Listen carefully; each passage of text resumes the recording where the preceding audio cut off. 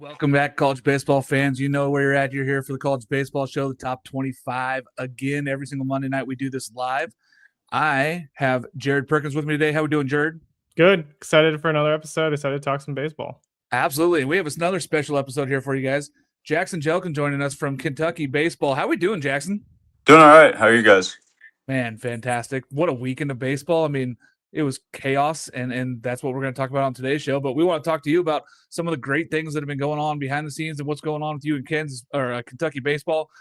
Talk to us a little bit about coming back from rehab, that 2025 missing that season for Tommy John, being out there and just being like the first base coach and being that glue guy and being that kind of, great teammate. Talk to us a little bit about that approach. Yeah, it was fun. When you get injured, you have time to reflect and kind of learn more about the game from an outside perspective, other than what you learn when you're playing.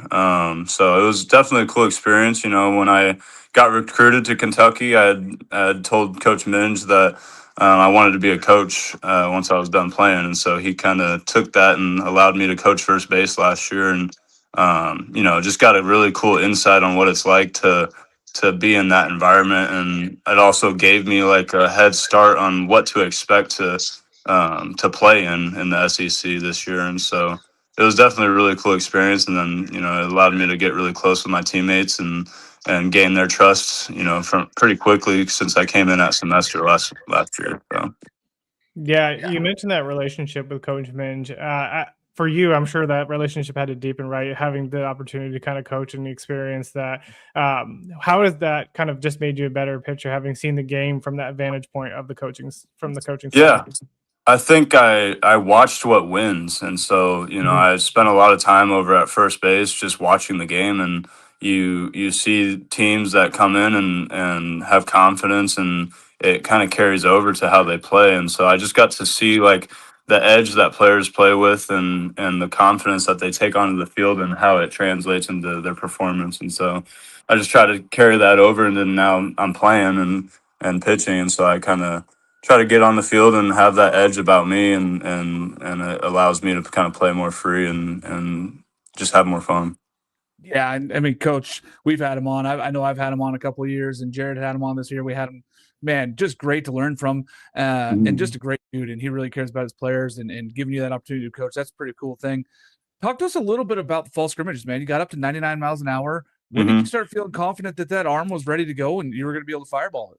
Yeah, like I said, I spent pretty much my whole rehab in terms of throwing, at least with Kentucky last year. I got here in January of last year, and got to kind of start my throwing with them. And so it was a long process. I give a lot of credit to Coach Salo, who was our assistant pitching coach last year, who's now at EKU. I mean, that guy threw hundreds and hundreds of balls with me every week, and I think without him, I wouldn't be where I'm at right now. But I think just taking the rehab process seriously, and nailing every detail within that. I got surgery from Dr. Meister, and got his rehab program, and just followed it to a T pretty much. And so I think throughout the rehab process, you have ups and downs, and I definitely had days where I didn't feel great, and you start questioning yourself a little bit, but. I think once I kind of got into a game like situation, in inter squads and throwing live, and I see that first 95 on the board, I'm like, okay, I'm still in a good spot, and the rehab and all of it is starting to pay off a little bit. And so I was a little bit heavier in the fall. I was able to pack on a lot of weight in the fall, and naturally you kind of lose that in a season. So I've kind of haven't gotten to that velo that I did have in the fall, but I'm still, right where I want to be in terms of, being able to maintain, a healthy season. So. Yeah, that's awesome, man. And it's just like talking about all the adversity you kind of had to go through just to get to this spot, right? You've kind of spent years building up to this moment. Now you're Friday night ace in the SEC. Is that kind of everything you thought it would be?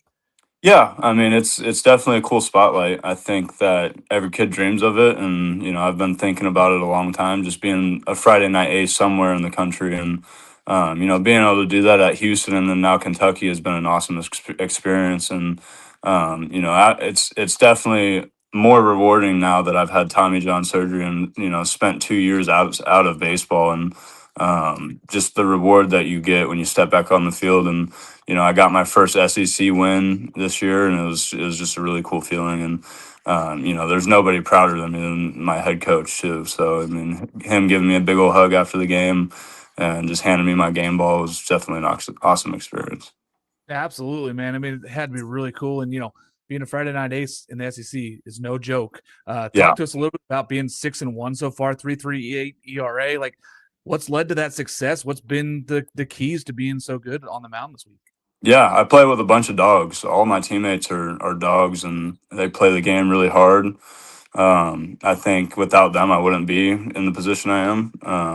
Winning in the SEC is not easy to do, so couldn't do it without them. But I just go out there and compete. I think spending a year and a half, 2 years away from the game definitely lit a fire under me in the sense that I wanted to get back on the field really badly, especially coaching first base. I felt like I could have helped our team last year even. And just not being able to do that, I was just so eager. And so I think it just translates to how I play and being able to go out there and just compete with everything I got, because I went through, not being able to play. So I just don't take it for granted and go out there and compete as hard as I can every time. Oh, we might have lost. Did we lose you, Jared? You Yeah, back? you got lost for a second. I'm back. Everything froze. Both of you froze, and then it was all gone. I was like, wait, what just happened? Man. So you kind of talked about just the way that team kind of works together. You're 25-10 this year, 7-8 in the SEC. To have their ups and downs, if you had like a lot of success, but then you've also kind of hit some adversity in the road. But what's that vibe been like in the locker room, and how have you kind of all worked through that adversity and the ups and downs of the SEC schedule that comes every single year, no matter what team you are? Yeah, just staying together. I think we have a really close group. I think this is probably one of the closest teams that I've been on in my life. And I think our ability just to maintain our friendships with each other, maintain our brotherhood, and stay close with each other, regardless of the outcome of whatever game it is or whatever. We still love each other and spend time with each other. And I think that just keeps us together, and it allows us just to continue to move on to the next thing. When you get focused on results and the fact that you're losing, it gets harder, and you don't want to be on that end of the stick. So I think just moving on and staying together and continuing to compete at it as hard as we can, we just carry that into the next week, regardless of what happened last week. Yeah. You guys went out and got a bunch of players in the transfer portal. And how does that kind of gel with the guys you guys had coming back? Like, you're a guy coming back, you had this experience with them already, you know the staff. Like, how do you guys impart that knowledge of what Kentucky baseball is to these new guys coming in and gel that before the season starts? Yeah, our returners do a really good job with it. I think, guys come in here and they don't really know what to expect. And I think we take them in pretty quickly and kind of lay down the foundation of what our program is and what we believe in. The good thing about our team this year is every single guy that came in here has bought into it. And, we all love each other. There's no outliers on our team. I think on a lot of college baseball teams, there can be outliers within the locker room. And, there's not a single guy on this team that we don't love, and we all get together and get along really well, and we just want to win. And so obviously things haven't gone our way in this league yet, but we're still out there competing as hard as we can every weekend. Yeah, again, going back to the pitching staff, we've talked about Minge and how great he is, but I've talked about Dan Roszel kind of as one of the reasons you chose to come to Kentucky. What has he kind of done differently that's made him worth building around, and kind of how has he helped your development to get to where you are today? Yeah, me and him think a lot alike. So he's very old school in the way he goes about things, and just the ability for us to be able to communicate with him and him, take in what we're saying to him and actually apply it to what we do on a day-to-day basis is key, especially in when you get young guys in college. I think a lot of young pitchers get into college and kind of find themselves button heads or not finding their path within the pitching protocol or whatever you want to call it. And his ability just to communicate really well with us and tell us exactly what we need to hear in that day and that moment is what makes him really good at what he does. It makes it easy for us to go out and compete behind him because we know that we can trust him and he trusts us. So yeah, that's massive. I mean, just knowing that you go, hey, He's going to help us get better, and we just got to listen and do the right things. So Yep, makes a big correct. difference. Yeah, man. I think it's time for some fun questions. You got any more other questions you wanted to add in, or are you ready for some That was fun the last ones? one I got. What has been your favorite part of this year or any of your amateur career at all? Yeah, I've played at a lot of different schools, so I've gotten to kind of travel the country a little bit. I played in at Nebraska, and then in Phoenix, Arizona. I played JUCO, and then got to play at the University of Houston, and then now Kentucky. And just the people that you meet along the way is the best part to me. You know, I have friends that I talk to every day from Houston and Arizona, and back home. And I think those relationships are what make baseball fun. Obviously, we have a really close team this year, and there's guys on this team that I'll know and be friends with for the rest of my life. So I think that's the coolest part. And then obviously getting my first college win as a starter was really cool. I played at the University of Houston and had 7 starts and didn't record a win or a loss, and so I was kind of eager to get that first one, and I finally got it this year. So it was pretty cool. I love it. One thing I like to focus on is kind of just the person behind the player. What are some of the passions you have outside of baseball? Kind of what are some of the things you like to do when you get your mind off the field? Yeah, I do a lot of hunting and fishing. I'm a big time waterfowl hunter, so when if it's waterfowl hunting season, I'm out there. So I've spent hours and hours in a duck blind trying to chase down birds, but it can get frustrating, but it kind of teaches you that patience that you can take with you to the field. So it's a lot of fun. Do a lot of golfing too, but not in season. Tommy John, it gets a little iffy with the Tommy Johns. I think I just found a new best friend for me up here in the Northwest. If you ever come up here, come visit, man. I got golfing, hunting, and fishing up here in the Northwest. Hey, I'm there. I am there. I'm high desert, so I got all the fish, man. It's rad up here. That's awesome. What's your favorite part about the Kentucky fan base? We have loved them for a long time. We see the passion that's been growing for years, and with Coach there, this passionate fan base is just huge, and they seem to support it. What's your favorite part of it?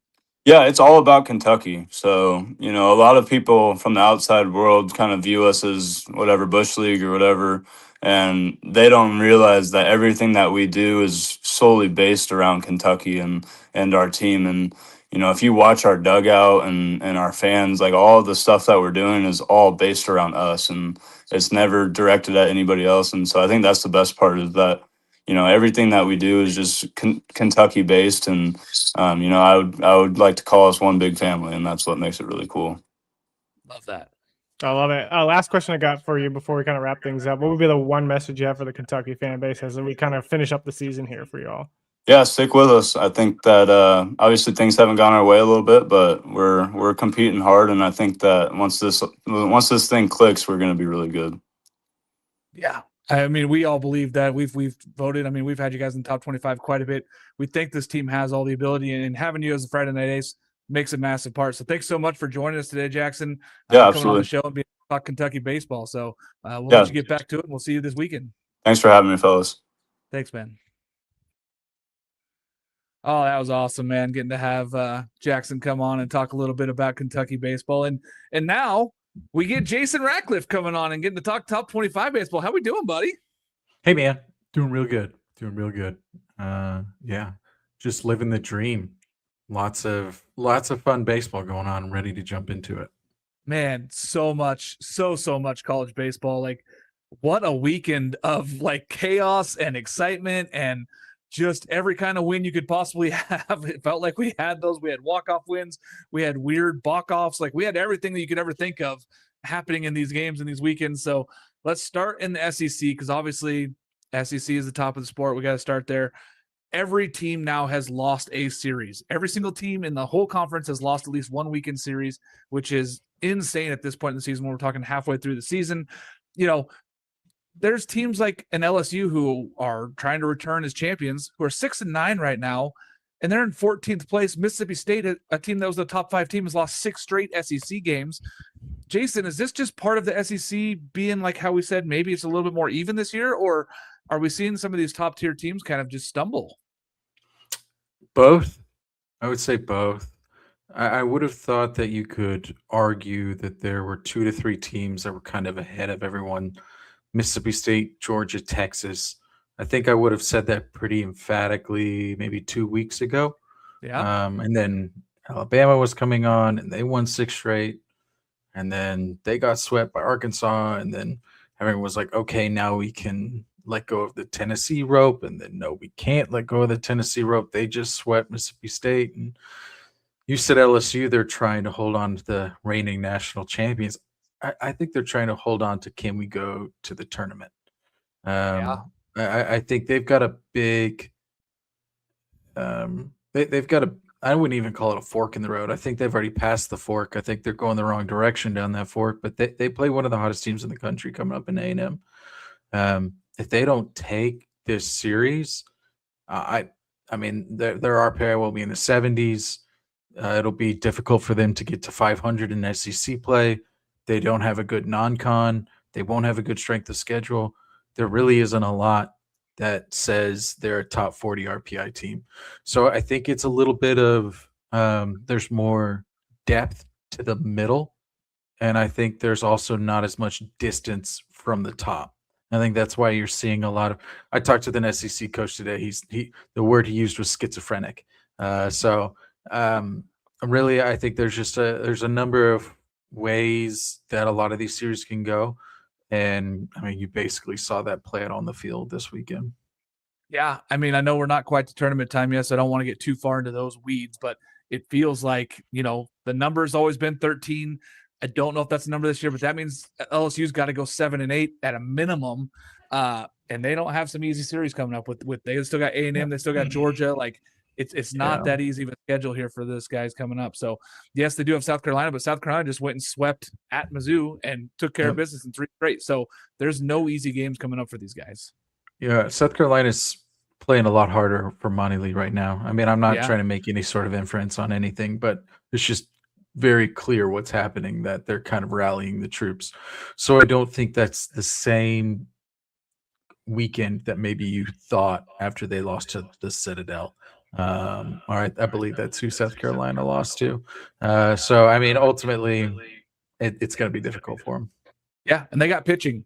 And everybody, it feels like everybody's got enough pitching to win a game minimum in the SEC. And then some of these teams have been playing better enough, to win the whole series. I'm impressed by it. I think that it's just weird when you look at it and you go, man, Mississippi State is now under 500. And 2 weeks ago they were 7-2 and were singing their praises and saying they're a top 5 team. They might be in the national championship game. They're falling apart. Jared, these are teams that it's so hard to rank the top 25 because we're going, hey, they were a top 5 team. Where do we put them at now? At 7-8. I was talking to Will about this when we were doing the top 25 last night and trying to finalize everything. We're so mad at Mississippi State and Georgia because they could have just made our job so much easier. Yeah. But it's just it's been chaos this year. Every team in the SEC, you're not safe. That's what it feels like right now. Can't tell you how many times we've had Arkansas, Florida near the top 15 and in the bottom of the top 25, then out of the top 25. It's been fluctuating all year long. But it's I think Jason, we've kind of talked about this in last year. The parity in college baseball is strong. There is parity. There's a reason why I think you're seeing so many competitive series each weekend. Yeah, no, I think you've got a lot of old teams. I think you've got a lot of teams that don't have a clear third or fourth starter. Yeah. And I think those two things combined make it to where it's hard to go a full 9 innings of dominance. And so you just have a lot of good word parity in these games where you want to give win projections and you want to try to play crystal ball. It's really hard this year.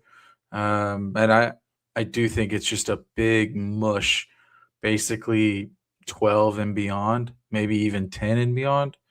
It'll be difficult for the committee this year. Very difficult. But he's going to have a hard time, and they got to rank 32 come tournament time because that's what they put in the bylaws this year is ranking 32 teams, and it's not going to be an easy job to be able to go 1 through 32 and be able to reverse that and figure those out because that's going to be not so much fun. I know I just built a bracket. We're going to be releasing that sometime in the next couple of weeks, but boy, it wasn't fun. It's super hard to go through there and try to figure out what these top 32 teams are going to be. So, Jared, let's talk about ACC. We've talked a lot about SEC. We'll talk more about these individual teams when we get into the top 25. The ACC seems to be Georgia Tech and then the rest of everybody else. They seem to be they've separated themselves now at this point, right? But the problem for me is maybe 7 or 8 teams only getting in from the ACC because the bottom of the SEC is kind of separating themselves in the wrong direction. you're talking about teams that are on the bubble. Wake's on the bubble at 9-9 probably, and then Duke, Pitt, Louisville, Stanford, they're all at 6 wins below those guys. Like, where do we start drawing the line here in ACC for how many wins they got to get to? Yeah, I think we've seen disappointing performances from Louisville, which kind of makes you wonder. Miami, too. Miami's now starting to get it back, which is good. They're starting to kind of get on that win train. NC State, I think, has underperformed kind of not expectations as well. And so, I think you kind of hit it on the head, right? It's Georgia Tech, and then it's like North Carolina, Florida State, and now even Boston College, I guess you could throw into that mix. So this Georgia Tech team just like, I thought they were going to win this series. I didn't think they were going to dominate as much as they did. They posted 1,000 OPS again, and I wasn't expecting for this pitching staff that have Wes Mendez, Trey Beard, and Bryson Moore. Like, the best weekend rotation they faced all year. Yeah, hands down. Yep, and they still put over 1,000 OPS as a team. So I just really love the depth of this Georgia Tech team. And we talked about the pitching staff being struggles, but Tate McKee goes out there and shoves. They figured it out after Tate McKee, it seems like, as well, in terms of the pitching side. Porter Burb Sema, I was trying to remember the name. 4 innings pitched, 3 hits, 1 earned run, 7 Ks. Like, he was absolutely electric for them. Jackson Blakely was very good for them as well. They figured out the bullpen kind of with Dylan Loy and Mason Patel going back in there now. I just think, like, the pitching staff struggles, we've seen less of them since they've really kind of figured out kind of what Jason talked about into Alabama, like a team that has like the 14, 15 guys they're going to. It feels like Georgia Tech now, they know who they're going to every single weekend, and that's huge. Like, you find the pieces that fit, and the next thing you know, you start going on a roll. Yeah, and they had to make adjustments, but now they feel like they know what they're doing. They feel like they got that set up. 12 straight wins is no joke. I mean, yes, there's the UCLA streak that's ridiculous right now. They're going to try to go for that all-time record. But, man, Jason, we talk about these teams. We have the matchup with Georgia Tech and North Carolina coming up this weekend. How close is that? Like, I mean, I know that we have them ranked, well, I don't want to spoil it, but they're very close. And it's so good between these two teams, like 13-5 North Carolina and 15-3 Georgia Tech. They're two of the only 4 teams with 30 wins so far. Like, how close are we talking? I don't want to say that North Carolina is in the same tier as Georgia Tech, but I would have thought that the series between Florida State and would be closer than the one that's going to be versus North Carolina. Yeah. I think Clemson is good. I mean, they have a ton of talent. It was basically a coin flip between North Carolina and Clemson. I mean, it was at Clemson, don't get me wrong, but I just don't think that North Carolina has the firepower to keep up with Georgia Tech. Now, I mean, they could always have, DeCaro shove, or, you could have, I don't know, you could have Shafter like produce something crazy. He's been phenomenal, the North Dakota transfer. But if I was to try to, I'm really tiptoeing around this because I'm trying not to be too overt. But I think Georgia Tech rolls. Just to summarize it, I think Georgia Tech's just too good right now. I think one thing that Jared mentioned that I highlighted was they had an above 1,000 OPS against arguably the top weekend rotation in college baseball. Like, that's absolutely absurd. It's absolutely absurd. Now, a lot of it came, against the bullpen. I think like 20 of 28 runs or something like that. It came against the bullpen, but still, like, that's still a Florida State pitching staff. So, I mean, they still got to the bullpen early in some of those games, like game 2, game 3. Exactly. They put up really long at bats, and it made it to where they weren't able to get into like the 7th with a number of the pitchers. So, I mean, again, like, kind of a top to bottom. And I mean, Burris was pretty good. Like, if you look at his numbers, they look pretty good on paper, but he had a couple of like really weird hits. Some of them you're like, how in the world did the scorekeeper rule that a hit kind of hits? And then, I mean, Von Lackey didn't have a phenomenal weekend at the plate. So, I mean, it's pretty wild to see 1 through 9, just their ability to kind of put up a 1 OPS whenever they want to. Yeah, Curse was the star of the weekend. That's what it was. He played a phenomenal shortstop. He hit, he kept hitting, he kept getting RBI hits. Like, he was doing all the things, hitting the ball at the ballpark, getting the singles when they needed him. Like, he was everything for them this weekend. And it feels like with all these superstars on that team, anybody could step up any weekend. So the offense feels like it could go with anybody. And that's kind of a scary thing when you look at it 1 through 9. I mean, you can go into the bench too. Parker Brochus, like, you can go pull guys off the bench and say that guy could go 3 for 4 on a given night and give us a bomb. And I think that's just a luxury that a lot of teams don't have right now. And I think that's one thing, like you said, UNC doesn't have that. I don't feel like UNC has 9 hitters that really frighten you. They got a few, Schaffner, one of them. But I'm with you. I don't think that they have the firepower to match them this weekend. Yeah, I mean, I really feel like that's the biggest difference if you were to say, like, where do they differentiate? Because I don't think Georgia Tech's starting pitching is really phenomenal. I mean, you mentioned it, Jared, like they've started to really nail down their bullpen with Patel and Loy basically both sending to the bullpen and shoring that up. But I mean, you look at just like the month of April and like North Carolina, they've got 2 guys above a 1 dot. Now, Winslow and Hull are having phenomenal years, but like once you get kind of near that bottom, I mean, they've got half of their rotation, or not their rotation, their starting 9 is below an 800, basically more than half, because Howe is right at that 800 OPS. So they have gaps that you can basically say, okay, well, if we get past Hall and Winslow and Schaffner, like if we get past those 3, like we can get a couple, we can smush a couple of innings together of zeros. And if you have a Georgia Tech pitching staff that's able to get 4 to 5 zeros in a game, it's going to be really hard to beat them because they're not really going to have they're not going to rub a lot of zeros together as a hitting team. They're gonna put up a lot of crooked numbers. So I'm not ready to call a sweep or anything, but I would say there's a higher probability, in my opinion, of a Georgia Tech sweep than a North Carolina 2-1 series win. Yeah, I'm with you. And I think that it's going to be a 2-1 Georgia Tech, because I think at some point you're either going to get, like you said, a DeCaro, or you're going to get a Glauber, or you're going to get a Boaz. One of those guys is going to have a phenomenal weekend pitching and shut down this lineup possibly. That's not the only way that they're going to be able to do that, though. I think that they're going to have somebody step up and have a real heroic effort on the mound to slow down this Georgia Tech team. Let's talk about the Big 12.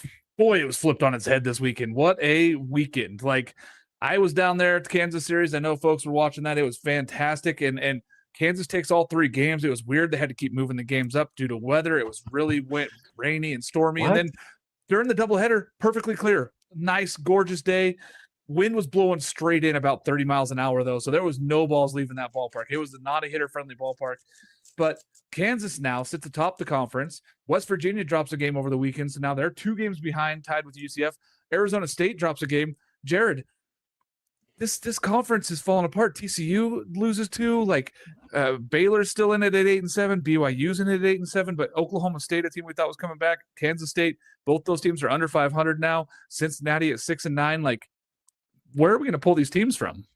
I don't know. I will say I am mad at myself just to start that I picked UCF over Kansas. Looking now that Kansas is 9-0 at home, I just thought UCF went to West Virginia and they were able to go on the road. Then they just go get swept in Kansas. So that's on me. I should have been paying attention to the home record there. But I want to start just by talking about this Kansas team, because you got to witness it in person. But like, we talked about how much the pitching staff has been struggling, right? Like, Dominic Bagley hasn't been himself. Like, the rest of the pitching staff just hasn't really shown up. Posted a 1.55 ERA this weekend. Yep. Like, they dominated the UCF lineup that we thought was going to be pretty good and be able to put up some numbers for this team. And they posted what was it? I think a 400 OPS or something like that this weekend. Yeah, it was rough. It was rough. Bad. There was almost no base hits for UCF. Like, the hits were singles. Yeah, they were keeping the ball down. Dominic Bagley looked like vintage Dominic Bagley. I don't know how many times I can say this in interviews. Like, he looked like last year's Dom Bagley when he was at his peak, and he was hitting 97, 98 in the fastball. Like, the slider was working, the changeup was working. He was able to find the zone with everything. Like, he was unhittable for the first 6 innings. He was real tough. Jared, this pitching staff's for real, I think, for Kansas. Like, that now that they're getting healthy, they seem like they've found their roles, which is something we talk about all the time. Where are you going to find your guys and put them in their roles? Those guys have solidified their roles, and what Fitz is building there, it's pitching and defense first. And he talked about it in the interview post-game. pitching and defense wins, and they showed it against holding UCF to 7 runs is crazy after the weekends that they've had lately. Yeah, I mean, you look at Dominic Bagley's ERA on the year, he's 8.84, I think. And so he's just been struggling all year long, and he just showed up this weekend. You have to love that. Like Mason Cook, same thing. Like all these guys have just been great. And so I think you got to be happy. And we picked Kansas, I believe, not to finish at the top, but like second in the Big 12 under TCU. TCU, we know, is kind of going through their struggles this year, but they look like they could easily win this conference. And I thought Arizona State was going to run away with it for at one point, and then they kind of ran into their struggles. UCF, same thing, beats West Virginia. I think the Big 12 is still up in the air on who's going to take this. Yeah, I think it's pretty open still. And Jason, I still think West Virginia controls their own fate because they still got Kansas at some point this season. I think that's at the end of the month that they have Kansas still coming up. UCF, after that sweep, they're in a tougher spot now. That puts them in a worse spot. But yeah, I mean, the conference is still wide open. I mean, really, 3 games separates the top 4, and all 4 of those teams are uber talented. Yeah, no, I mean, there's still quite a few teams that I like. I mean, I know Cincinnati's not having a phenomenal middle portion of this year, but I still really like them. Kansas State, I love their lineup. That was impressive for them to take 2 over 3 over Oklahoma State, who is also putting together a much better middle of the season. So, Kansas State can just find some pitching. They could be really dangerous.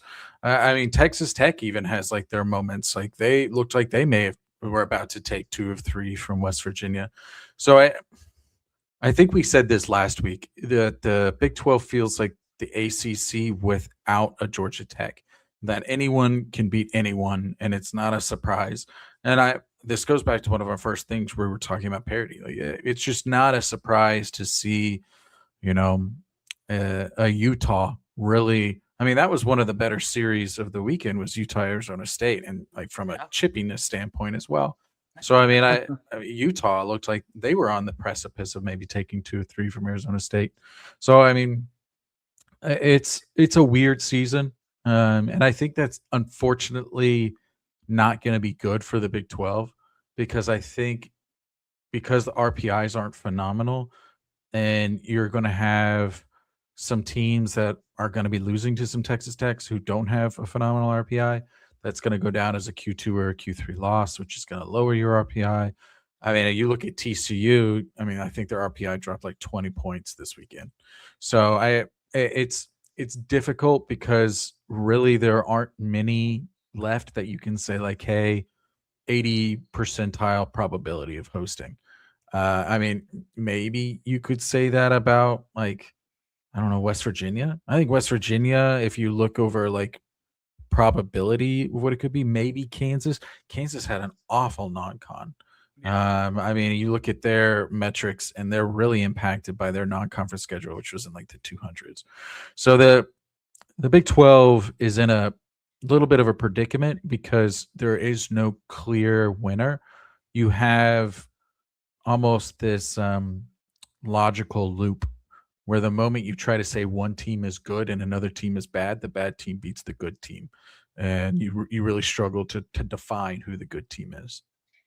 Yeah, I'm in that place with you. I think that it's really tough because I think maybe the winner hosts, but they're going to have to still do something the rest of the season.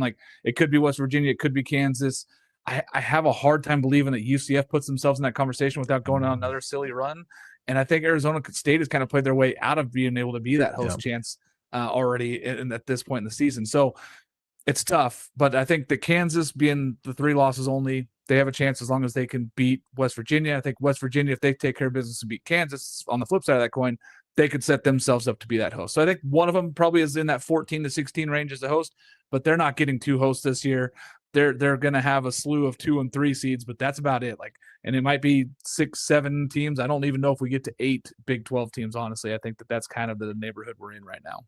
Yeah, this weekend series kind of against Oklahoma State's a really big one for Kansas because Oklahoma State's kind of in that outside looking in terms of the NCAA tournament right now. They're probably in the 50s in RPI. So if they don't take at least 2 or 3. It's just going to set them back. It's one of those games where, unfortunately, because of where one team is, the nice thing is it's in Stillwater. So those are going to be Q1, Q2 games, and the way the RPI works, they get 1.3 weight for those games. So it's going to be hard to take two because, I highly doubt you're going to get that 400 OPS against like they just had against UCF, because that is a bam box there in Stillwater. That ball flies. So they're going to be going up against one of the best pitchers in the country in Lund, and Richie's been great for Oklahoma State. So that's going to be a really intriguing conference matchup for the Big 12 for a number of reasons, because I think it's almost trying to define more of that logical placement of good versus not good in the Big 12. Yeah, I'm with you. Real quick here before we jump into some more of this top 25 stuff, I want to talk about UCLA. I know that we don't really give them enough airtime, but I do want to talk about something. 27 straight wins is ridiculous. And they did it different ways. They had to go 14 innings. They've figured out how to win baseball games. They have the best pitching staff probably in the Big Ten. I don't really think it's even getting that close anymore. Like at one point there was an argument. It's not now. I think that the offense is clearly the best in the Big Ten. Do we think they set the record? The record's 34. They have, I think that they have some games in front of them that are winnable games. Like UCSB during the midweek might be one of their tougher ones coming up. But what do you guys think? Jason, I'll go to you first on that one. It's baseball. So Anything like you can have a pitcher who can just stand on their head and, you just kind of like shake your head and say, hey, good for you. But I just don't see it happening in the Big Ten this year. I mean, their Oregon weekend is not till the very last weekend of the year. They've already played USC. So we don't play anybody like Michigan State, Sac. They have a series randomly against Sac State too, because they've already played 18 games. They've already played 18 conference games, so they have their non-conference mixed in there. Minnesota. I'd be real. I mean, Minnesota's not bad. Minnesota's got a pretty good team, but UCLA should be favored by a couple of runs, if not more, in that. So. It's one of those things where you started to get into like multiple probabilities of like, oh, well, if I have a 90% probability of winning this one and then a 90% probability of winning the next one, then I only have like an 81% probability of winning both kind of thing.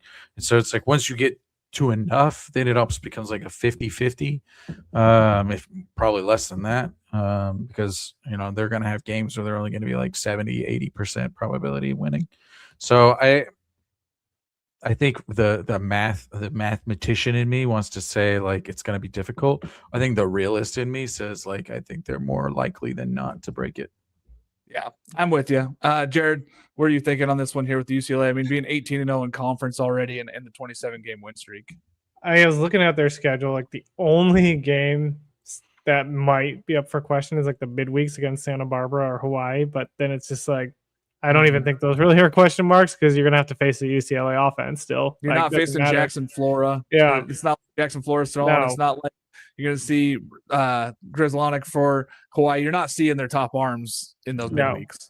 And to me, this team is just like so deep on both sides of the ball. Like if the offense is struggling or doesn't show up for a few innings, like the pitching staff's locking it down for them, right? Same thing if like the pitching staff's not showing up, the offense is putting up an 8 spot. Like I just feel like they have all the pieces in place to like combat any potential adversity they're going to hit. Like that comes with normal baseball schedule. That's why I think they can easily hit that 34 wins in a row. And I believe that. I'd be almost shocked somewhat if they lose a game at this point for the rest of the year until they hit that Oregon series. So they're 18-0 in conference. Like I could see them potentially going undefeated depending on how the Oregon series pans out. Yeah. So they're at 27. They're at 27 wins in a row. 27. Yeah. So their next 8 games are at home. So all 8 games are at home. The midweeks are not against anybody ranked. Like they don't have a ranked game coming up. You see Santa Barbara twice, I think. And then I think they play LMU in May, I think. So I mean, I'd be really surprised. I think they're just. The weird thing is like I know the numbers are basically saying like they're in the stratosphere of like can't be touched, and I think it kind of showed in the Arlington. Like Mississippi State should have won that game. Yeah. The only thing, the reason why Mississippi State lost that game is because the right center field wall was about 6 inches too short. If it wasn't a ground rule double, or Mississippi State doesn't squander in the bottom or hit, a guy right before the Chalowski. I mean, there's a number like Mississippi State had that game. And then like Tennessee, like they were, they took it over. But I mean, it's one of the things where like it felt like an Omaha kind of feel for that. And so like it's almost to the point where like, I'm really intrigued to see what happens with their supers, because they're going to host a regional, and they're going to be a top 3 national seed. Like, let's be real, they'll probably be number 1. And so then like the thought process is like, who's going to be that 16 seed? Who's going to be that 15 or 14? It's probably going to be a mush of a team. And it really just depends, like, which mush is it? Like, is it a Tennessee of 2025 where it's like, hey, they've got 6 first-round picks on their team, they just, didn't mesh? Or is it going to be, maybe a Southern Miss who's got a lot of talent, but, like, you should be able to handle over a 3-game series kind of thing. Yeah. Yeah. It'll be interesting to see. Go, yeah. Oh, sorry. I was going to mention the one thing this team reminds me of is the 2009 Arizona State team that won 51 games and went 51-14, 21-6 in the Pac-10 that year. They also won like 20-plus straight games at one point during the year. It didn't seem like they were going to lose in the Pac-12 at all. And that's what I'm kind of seeing kind of with this UCLA team. And that was a Pac-12 that had a UCLA team, I think, that had Garrett Cole and Trevor Bauer as a 1-2 punch. And Arizona State was doing that to the teams in that conference. Yeah, fresh off of Oregon State winning back-to-back national titles 2 years later, they're getting beat up by that Arizona State team. Like, this UCLA team is very good. One thing I want to point out in Big Ten play, huge series this weekend between Purdue, who's now 12-6 in conference, taking on Ohio State, who is over 500 in conference, by the way, and playing really good baseball. So I'm excited for that one. Here is the only matchup really that intrigues me in the Big Ten this weekend, other than keeping an eye on UCLA to make sure, seeing if they're still winning baseball games and continuing that streak.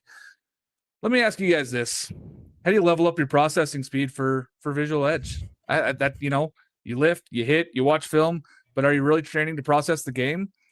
Maybe some more of these college athletes got to get on this thing. Listening, folks, jump on in, come get this stuff. At the college level, the speed is real. You have to be able to recognize pitch spin, depth. Otherwise, you're already way, way, way behind the edge. Visual Edge trains the visual cognitive skills that sit underneath performance. Pitch recognition, tracking accuracy, reaction time, and decision speed. It begins with something called the Edge Test. It takes about 15 minutes a day. You can go on there, and it's going to rate you against other college athletes and other baseball players of your age. You can do this from anywhere. You can do this on a laptop, a tablet, anything bigger than a cell phone works for you. You can do this on the road, at your dorm, at home, on the bus, anything you have. Any way you can get it on a laptop or anything bigger than a phone. The flexibility just shows you that all these MLB teams are using it. Like MLB players and teams are starting to use this more because they know fractions of a second matter. Listeners of this show can use code CBSHOW. Use that to get your first month free 3D glasses and shipping. No long-term contact. Cancel anytime. Go to visualedge.com/sign-up. Use code CBSHOW. That's visual with a Z. When the game speeds up, train yourself to slow it down. Let's talk about the new teams. Kansas, welcome in. They are in our top 25. I think that they deserve to be there. I think everybody thinks that they should be there. I might have been a little early on having them in my top 25 last week, but then they really showed up this weekend for me and performed at a high level. Arkansas back in the top 25, and that's the one that's like, they keep earning it, and then they earn their way out of the top 25. So it's one of those that we have to keep looking at and being back and forth on. But honestly, between these two teams, it feels like Kansas was the more sure thing coming into the top 25 this week. Jared, I know that with Arkansas's win, we had to put them back in as well because of how well they played, but they feel like more of a coin flip team even than Kansas currently. Before we get into that, I just have to mention this comment right here. Yes, Visual Edge ad reads do hit different with Tyler demonstrations. But no, for Kansas, I mean, this is a team we struggled. I thought they were going to be potentially in the top 25 earlier than this, and they just could not get their feet off the ground. But again, you're in a cold weather state. It might take you a little longer to kind of get warmed up and get to where they are right now. So I mean, I think we're a little high on Kansas. I think we put them at 13. I probably would have put them in like the 15 to 20 range. But they're showcasing that they got the talent to be in the top 25 and that they're a top 25 team right now. And when the struggles of UCF and then Arizona State kind of floundering a little bit, you have a team like Kansas who's going to go out there and just kind of dominate UCF. Like, they obviously deserve to be in the top 25. That was a UCF team that was right on the border of top 10. Like, that was a team that we had ranked at 12. So it's like, they did dominate. They did take it to them. Jason, any thoughts on either one of these teams? I know we still have reservations about this Arkansas squad, but they did win.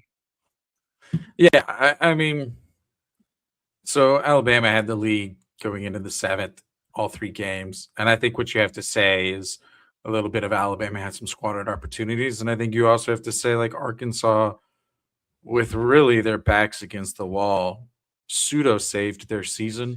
Yeah. They were in not the exact same stance as LSU in terms of RPI, but pretty similar.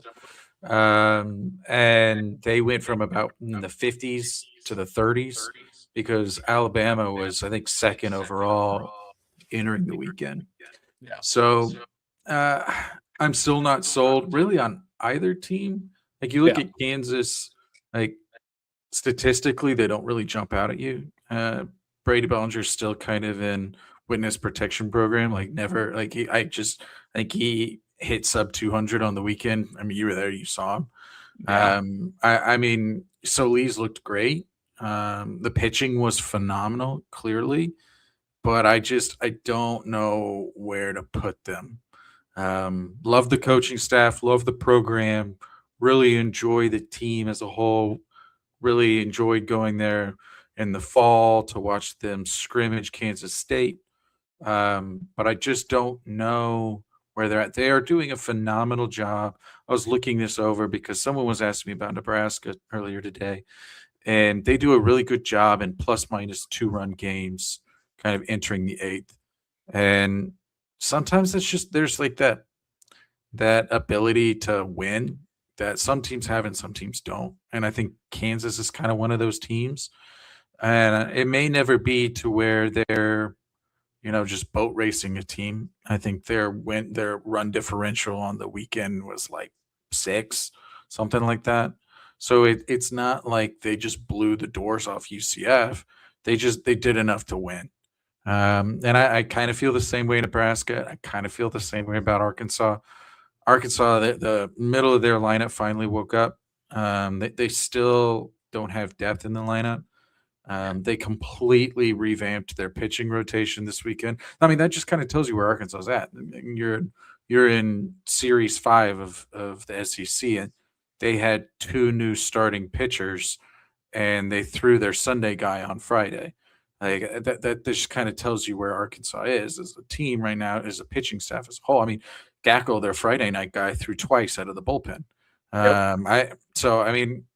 I don't really know on either team. It's going to be a big litmus test for both, as I said, for Kansas and Oklahoma State. And then you have Arkansas going up against Georgia. So I don't know if that Hunt Development Center in right field is ready for those left-handed bats of Georgia. But I do think there's going to be some home runs in that game for sure. Yeah, I think it's going to be interesting. It's going to tell us more about both these teams. I'm if Kansas can go find a way to sweep a pretty good hitting Oklahoma State team, then I think it tells me more. But I think if Arkansas drops the series again, it kind of feels like the same old, and they could be anywhere in that, like Jared said, 15 to 35, and it wouldn't surprise me. Like, that's kind of where they sit. Any given weekend, they could be in that range. Let's talk about the 2 teams that did drop out, Arizona State and Missouri State. Arizona State had a rough weekend and has had a rough go of it lately in Big 12 play, Jared. Missouri State, that was more of didn't look good against Delaware, haven't really looked great in the midweek. Like, I think that there's some things we see there, but I think that this Missouri State team could easily jump back in. I think they're right on the cusp of being back in this. But the Arizona State team feels like they've dropped out further and kind of out of our minds a little bit too, even. I feel like both these teams dropped out only because we couldn't figure out who to drop out to bring in. That's close. This is like 26 and 27. Yeah, Arizona State won their weekend. They beat Utah. Yeah, they beat Utah. I know. Yeah. So like ASU, I mean, this is a team we probably should have kept in the top 25, but we kind of ran into like, okay, who do you bump out to put Arizona State in? because Arizona State's in 40th in the RPI, and I think that's kind of what we did as kind of almost a tiebreaker, because after our vote was done, we had like 3 or 4 teams voted for that number 25 slot, so we had to figure out a tiebreaker, and we wound up using RPI, and Arizona State was the lowest on the RPI list. So that was basically kind of how we ended up picking up that I know you hate the RPI, but we needed something to tie break it. But yeah, I think like ASU, I think is going to be back in no time. Like I see a couple of these series kind of going the wrong way. Missouri State could jump right back in next week. It won't surprise me. Like if any of these teams, like Boston College hangs on by a thread in the 25.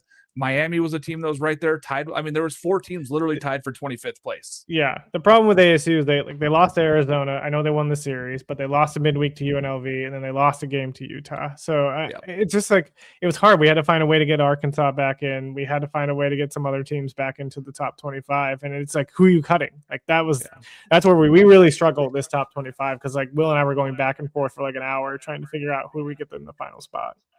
Because I mean, Missouri State dominated Delaware. I mean, don't get me wrong, it's Delaware. Yeah, they did. But Delaware was ahead in a couple of those games, and then I mean, but you're talking about a plus 20 run differential. So the one game they won like 20 to There's 13, 5, then 3. So I mean, you have a run differential of 20. So I mean, 14 to 1 game really helped that. that boosted the old difference. I'm just saying, like, if we're going to talk about teams being ahead or teams like you struggle with any top 25, because it feels like 2/3 of Coastal's games they're behind in the 6th inning. So I feel like this just goes to the mush.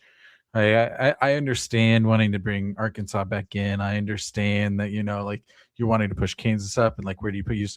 I feel like you almost have this like a hot cold mentality, because there's no team. There's like 8 teams that feel like they're being consistently hot, or like even hot for a good amount of time. It just feels like it's hot, cold, hot. Like Florida, Ole Miss, Tennessee, Arkansas, like so many SEC programs. Think you go into Oklahoma, you've got like Miami or Miami, like NC State is one of those that I think is severely underrated, because they basically play the 2 hardest weekends in a row in the SEC at Florida State and then at Georgia Tech. I mean, they just kind of got screwed. And so I feel like you just kind of have this like mush. And so I get the difficulty of like, who do we bring in because we think they should be ranked? Well, it's like Tennessee swept Mississippi State and we didn't put them back in the top 25. You couldn't find a spot for them. Like, there was no spot for him, really. I mean, you talk about like, well, they were up. I mean, Tennessee, you look at the Vanderbilt series where they got walked off every single game. I mean, there's so many games that if it's like if Tennessee just went 500 in those games, they're a top 15 team right now. Yeah. So I don't know. It's a very unique season. It's going to be weird, I think, coming down to the end of the season. It's going to be it's almost trending, like who's hot at that time, because those are the teams that are going to get in. Those are the teams that are going to be able to host. Like that 16 through 13 hosts are going to be who's the hottest at that time, because it honestly could be any of these 30 teams, really. That's how close it is. Let's go into the top 25. 25 is Boston College. They go in, they win 2 of 3 over the weekend, but they did go 4-1 on the week. They did win both their midweeks, and the one loss was in extra innings to Virginia Tech, who's probably better than their record says. Like they compete more than their record says. And it was a good baseball game, and Boston College came back and tied that thing up in the 9th and lost it in extras. And then they really just took care of the baseball the next 2 days. And they looked like a 4-1 top 25 team. Like Boston College has put themselves in the conversation to be edge line fringe at a host, depending on how they play the rest of the season out. I don't think that they host. I don't have them as a host. They'd have to really do something the rest of the season, but they're in 4th place or 3rd place right now in the ACC. They've put themselves in the conversation. They deserve to be ranked. They continue to win. It's going to be hard to pull them out. A 4-1 week keeps them in. That was the difference, really. Like we talked about with the Arizona State losing the midweek, kind of went against them when Boston College wins 2 midweek games. Like, I know it's different competition. Still, 4-1 record. You got to keep them in. And Boston College, the bird ball is real. AJ Calaruso, their ace, gets beat on Friday, and they still go out and win the next 2. So that's the kind of arm talent that BC has. They have a lot of arms. They can go out there and use 13 guys and feel pretty comfortable with all 13 of them, which is something that a lot of teams don't have right now. Jason's talked about it a lot. Most teams are like 6-7 confident guys. BC feels like they can go through a whole bunch more arms and feel pretty confident in those guys. Number 24. Oh, go ahead. I was just going to say their weekend with Duke is going to be rather unique because they have 2 midweek games this week. So they're playing 10 games in 14 days. Yeah, so it'll be unique to see what their pitching situation looks like for a Duke team that's I don't want to say they're fighting for their lives, but they're 98th in the RPI, something like that. I mean, you could say they're fighting for their lives, but yeah, that one's we'll see. Yeah, it's going to be a tough one here, but big for both teams, honestly. Number 24, Nebraska, down 6, Jason, and really, it felt like that was even too much, but that big gap there, that's a weird thing, and that 15 to 25 right now. This is again like the oscillation of like, okay, well, they won this week, they lost this week. Like, where do we? I don't get it. This is really hard, but in my opinion, this was one of the best weekend series. Excuse me. Both teams were above or at like a 1.0 OPS. You had some great pitching from Horn, from Sanford, a lot of responses. Guys barking at starting pitchers after bombs. Moyer looked really good. He was one of the guys barking some really long bombs. Back-to-back homers for both teams. You missed an opportunity to see one of the best players in the country, Dylan Carey. I mean, he had a home run robbed, and I think it was game 2. Not really sure. It was interesting to see Jaxon struggle. I mean, he's been dominant this year. Game 2, bit of a surprise. I mean, really, it felt like he wasn't going to make it out of the second. He was pretty lucky to get out of the second. And it kind of felt like Oregon, I think, kind of I don't want to say let Nebraska back into it game 2, but I think Oregon left Clark in there just a bit too long. I really thought they would have taken him out after 3.2 when it was like 2.5 or 3.5, and then they let him go a few more, and then they brought him back in for the top of the 5th, and it was not good. And I think they took him out after a hit by pitch and a single. I can't remember. So I mean, it was a really good series, kind of like this back and forth oscillation. Again, as I said, I thought Moyer looked really good. Pushed him over that coveted 1.0 OPS in Big Ten play. A lot looked good for Nebraska, but really kind of that K per walk ratio as a pitching staff is a bit concerning, and it's kind of something that they've dealt with throughout the season with the K per walk. I think it's 92nd in the country, about 2. So I think that being in the Big Ten is going to be a little bit of a difficulty for them, and I say that because they're just not going to have as many opportunities to put up kind of those big RPI games. So they're 27th in the RPI right now. Massive opportunity though next weekend with Southern California. I think this is a huge series for both teams because I think Southern Cal wants to show people we're not the UCLA, and I think Nebraska wants to show people we're for real. So kind of this will be a real turning point for who's going to really fight for that second spot. Clearly Oregon's going to be fighting for it. But now it's going to be okay. Is it going to be Nebraska or is it going to be Southern Cal who's going to push for that second spot? Yeah, and I mean, historically, there's only been 3 teams really getting in from the Big Ten, and now we're looking at maybe 4, but it's going to be hard. I don't know if 4 teams get in. I don't know if a 5th team I don't think a 5th team gets in. So I think you have to have 4. I don't see any way right now that you don't have Oregon, Nebraska, Southern Cal, and UCLA. It feels like that for sure. Unless Oregon just shits the bed, unless Nebraska just shits the bed, I don't see Southern Cal right now with where their RPI is. Too many wins early. Clearly, exactly. So I think you're going to have to really. And the nice thing is even if Nebraska quote unquote shits the bed against Southern Cal, those are going to be good RPI games. It's not like the RPI is going to tank. Yeah, exactly. So what you're really going to need to see is Oregon struggle against like Illinois. Oregon struggles against Illinois, then I could see that to where they maybe not be, but that would have to be a pretty steep drop because right now Oregon's they're a lot higher on other analytics than they are the RPI. So I don't see a world right now. Yeah, they're 5th in the conference right now, but I mean, Southern Miss is 8 and 7 in the Sun Belt, and they seem to be just fine. So I think it's one of those years where we've talked about what's the magic number in the SEC. I think you're going to find maybe it's 14 this year, not 13, because they're going to get a fourth team in the Big Ten who may be, fourth or fifth in the conference, like an Oregon or Nebraska or, a Southern California. I agree. I think it might even be stretched to 5 if Purdue can do something the rest of the season too. I do think that they're right on that edge. So they could push for one, or it might steal one from the Big 12, who is mired in mediocrity as well. So it'll be interesting. Number 23, Arkansas. Jared, back in. They could be back out next week. We don't know. They played Georgia, right? So that's going to be the big series in the SEC of the weekend. We could see them right back out of the top 25. I just am very confused about this Arkansas team because I don't know what to make of them. Like some weekends they look great, others I'm like, what's happening? They split that series with Stetson, at the beginning of the year. Then they take one from Mississippi State. They take it from South Carolina. Then they got swept by Florida, and then they lose a series to Auburn. And then they come back and they sweep Alabama. So I'm just like, I don't know what you are at this point. I can't figure it out. That lineup, that's like the biggest concern for me, this Arkansas lineup. It feels like it's so hot or cold. Like if they're on, Arkansas has a chance to win most of the series. But if they're off, 32. Yeah, they're swinging and missing like they tend to do because they're very aggressive. Then I'm like, okay, they're just not going to win the series at all. Like, I don't know. Again, I think this is a good spot for them. Like you could have argued maybe they could have been a little bit higher, but I could see them easily dropping right back out of the top 25 after this weekend. Their RPI is still only 35 after sweeping Alabama. It was lower than that before that series. Yeah, they were in the 50s, and they're like Jason said, they were in that almost same boat as LSU. But huge weekend win at Alabama. Now they got to take care of business against Georgia. Not easy, and it doesn't really get easier for them. They have a tough schedule coming up as well.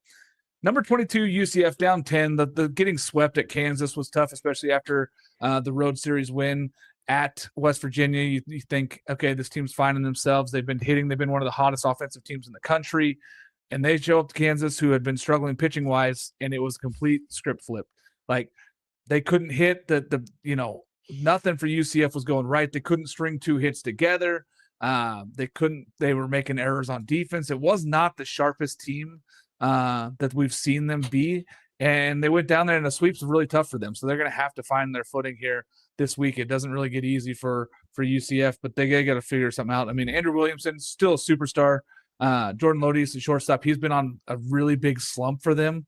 The freshman phenom shortstop for them, but they've had a lot of guys that were hitting really good. Zach Skinner surprised me. He hit pretty well over the weekend. The Australian at catcher, he was really, really good. But they didn't have a lot of performance from a lot of guys. Smith struggled over the weekend. Like they had a whole bunch of dudes that just didn't step up in that Kansas series, and you could see it. Like Andrew Williamson still had a good weekend. Like he still got on base. He took a bunch of walks. He had a good OBB. He just didn't have any extra base hits. They just didn't, as a team, they didn't hit the ball in the gap. They didn't find the extra base hits. They didn't have a single home run on the weekend, and I think that was the difference. They'd been hitting enough home runs to stay in ball games and the doubles. They didn't have it, and they're going to have to find it again this weekend. I believe they're back at home finally, though, after a long roadstead for this UCF team. They'll be happy to be back at home in Big 12 play. Number 21, Alabama, down 12, Jared.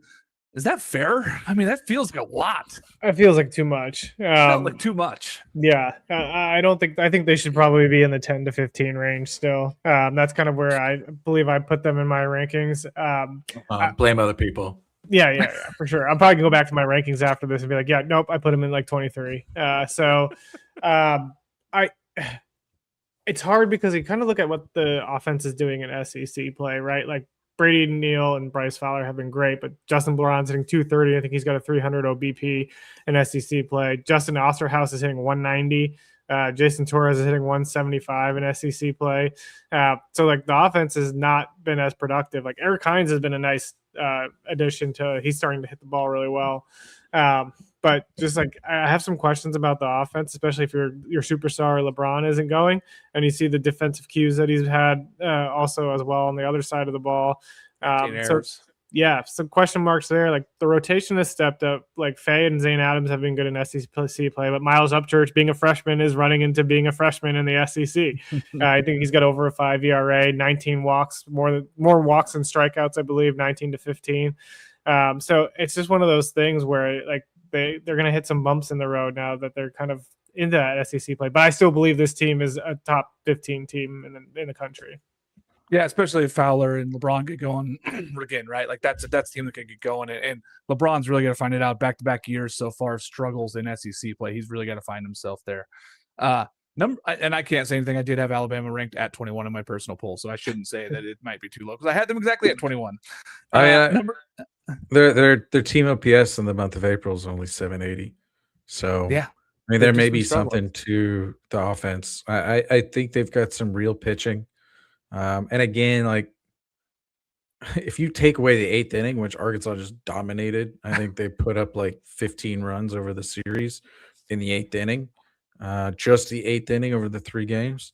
And that's a completely different ball game. So sometimes you just kind of let go of the rope a little bit. And I think Alabama struggled a little bit with also once they would like kind of Holt did a phenomenal job. He's this really good like 9-hole hitter. Did a really good job of getting to Fowler. And once they got to Fowler, it felt like they just weren't able to do a lot. Like Torres and LeBron and even at times Neal kind of just felt like stop signs for them that weekend. So they've got a ton of great pieces and you cannot discredit like what they've done over the last 3 weeks. I mean, they're still 6-3 over the last 3 weekends in SEC play just because they got swept because they were going nuts. So I agree. I think 12's too much. Yeah, I think it's too much. But I did vote it, so maybe I did too. Now looking at my personal, so I can take the blame. You haters. Great. You haters. Number 20, Oklahoma down 1. Jason, seems about where they should be, honestly. Do you think that they should be lower or higher? Lower. Yeah, I mean, they seem to be trending down. So for me, this is one of the hardest teams, and I feel like I say that a lot. So apologies if I say that too much. But I want to write off Oklahoma as a legit contender because the whip issues are just kind of insane. I mean, they had a 9.0 ERA as a staff this weekend versus Vanderbilt, but they still won the series. Gamble a chance, Walk, Johnson, all looked good. LJ looked back to his old self, but unfortunately Cam also started to look back to his old self, which is not in a great way. I'd really be surprised if you see him in the starting rotation next weekend. Insane talent, but you can't keep allowing crooked number after crooked number in the first of SEC games and really expect to win. I mean, he has now a 15 walk per 9. A 15 walk per 9. That's insane. Yeah. So at this point, it kind of feels like a little bit of a rock and a hard place with the staff because, I mean, they have above a 5.0 FIP in conference play. But I don't know what to think about this Oklahoma team. I think a lot of our thoughts on them are associated with their early season successes and kind of the confusion of 2-1 series. Like, oh, they won 2 here or lost 1 or lost 2. And it's kind of like, hey, do we not move them too much? And it just kind of feels like they've just kind of hung around a little bit. But yeah, I'm not really sure what to think about this Oklahoma team. Who do they have coming up this weekend? I should have prepared. Oh, they have Missouri. They're Missouri, so it nice. Could be right. Yeah. So I mean, at 7-8 could quickly turn to a 10-8. And I think they need that. I think they need that. They are being outscored currently, Jason, 78 to 103 in conference play. Yeah, that's because they give up a shit ton of crooked numbers because they walk the farm. Now they score a lot, but they either win like close or they get just the doors blown off of them because they just walk the farm. Yeah. So I really struggle with this team. I mean, they're still 15th in the RPI. Like don't listen to me whatsoever. You look at a computer and they like them. So I just don't know what to think about this Oklahoma team. They're right on the edge of hosting, and right now I'm a little confused on that. So that's where I'm at with Oklahoma. I just think that the offense is just not good enough to be a host team. But I mean, I could be wrong. I just feel like the 5 runs a game is not enough, and they're winning games somehow.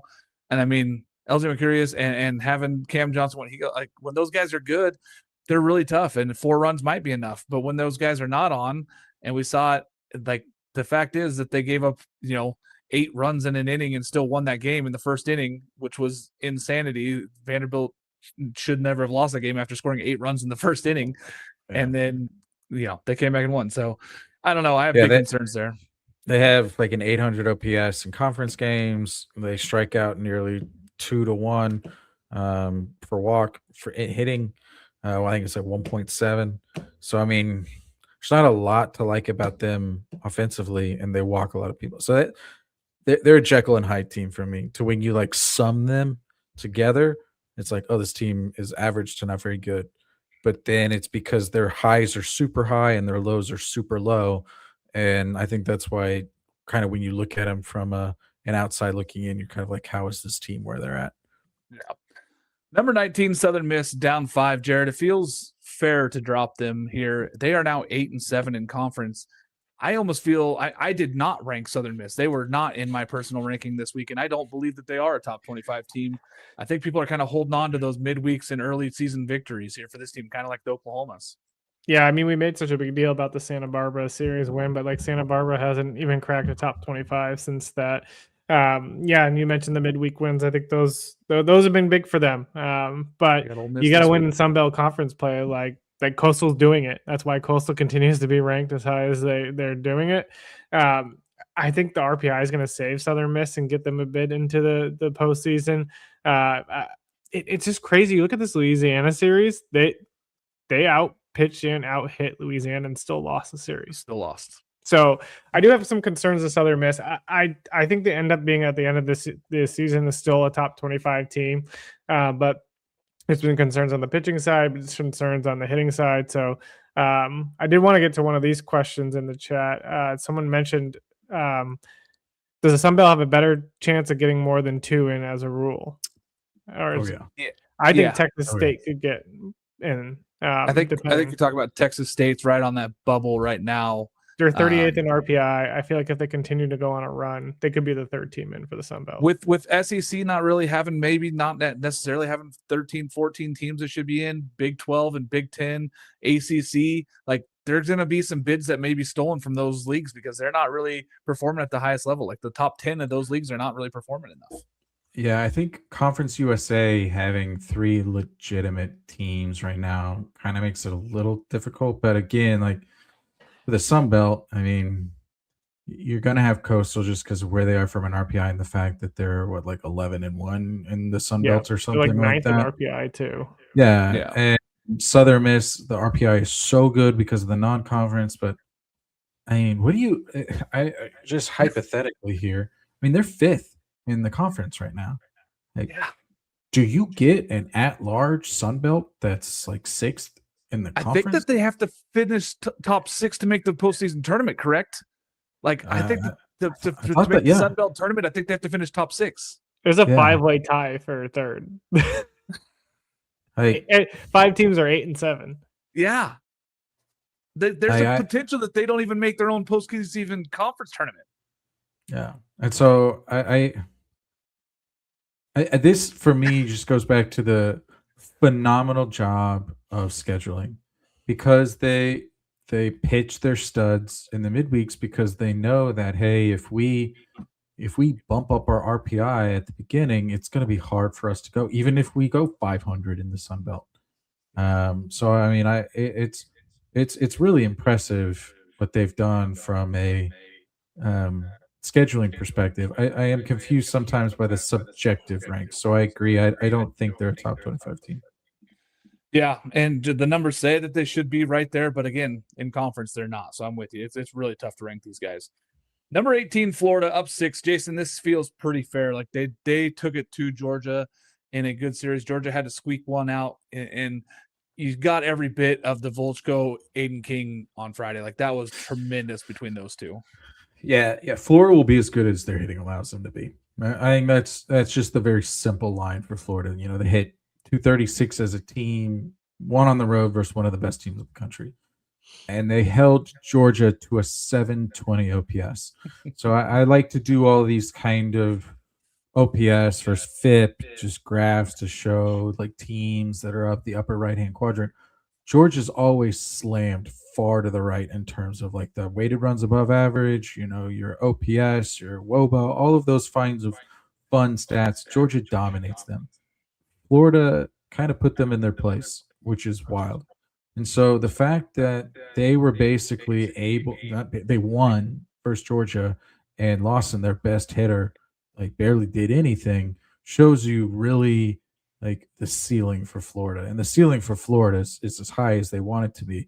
That Barbery's been phenomenal out of the pen. If they can get McNeely kind of back to more of his sophomore numbers, I think they'll be even more dangerous. Jones and Stoic, they had really nice weekends. It's good to see Sear get a big hit. But again, all they did, they hit 236 as a team. I want to go all in on this team. I really do, but their hitting scares me. For me, they kind of feel like the opposite side of the coin of Oklahoma. Like Oklahoma, I want to like hop off the bandwagon, but they kind of keep bringing me back. They bring me back by winning 2 out of 3 versus Vanderbilt. And it's like, okay, you have life. With Florida, I want to just say like, I want to tattoo it on my shoulder that you guys are really good. But then, you have a weekend where it's like, okay, never mind. I'm glad I didn't do that when I was drunk. It's tough. And I think that they, I like that you said that they're going to go as far as their hitting allows them to. I don't think that they put themselves in a conversation to host, but they do have an amazing weekend rotation. They have an amazing pitching staff. Like they could pitch with anybody in the country right now. And that's kind of keeping them here at 18. They could work their way up. Now that's the possibility if they can, and getting Lawson back now. He was back in the lineup. He DH'd on Sunday. So that's big for them. And they say he's going to be back to shortstop starting this week again. That's going to get that offense rolling again. And I want to see more. 236 isn't going to do it, but right now it's good enough.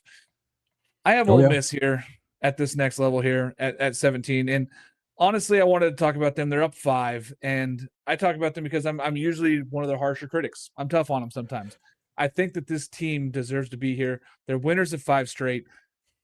Problem I have is that they have a absolutely brutal SEC schedule. Their schedule is brutal. They get Tennessee at Tennessee this week.